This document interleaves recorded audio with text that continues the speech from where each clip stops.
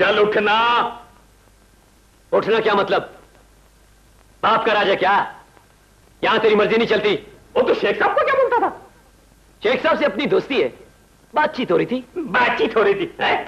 चलो बदनामी करा था साले। कन्नू भाई, दोस्त नहीं। हाँ अबे चल चल, दोस्त का बच्चा घर चल। ओ कन्नू, सज्जू अब घर जाने का नहीं है? सज्जू, सज्जू माफ कर देना यार, माफ कर दे। माफ कर दूं? हाँ। अरे शेख साहब, शेख साहब क्या बोल रहा है? वो घर की बदनामी। कन्नू, तू दिल से उतर गया है। फिनिश। अच्छा सज्जू, ये ले। ये क्या? 200 200।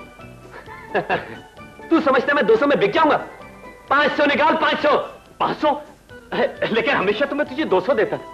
पहले की बात और थी यार, अब बहुत महंगाई है बाबा, गुजारा नहीं होता। आहिस्ता बोल, घर की बदनामी होती है पागल। चल चल चल, ये ले। 1 2 4 5। वो भी देना यार, वो भी देना यार। पूरा हो गया ना यार। चल ठीक है। हाँ, ये तू इतना लेट क्यों हो गया?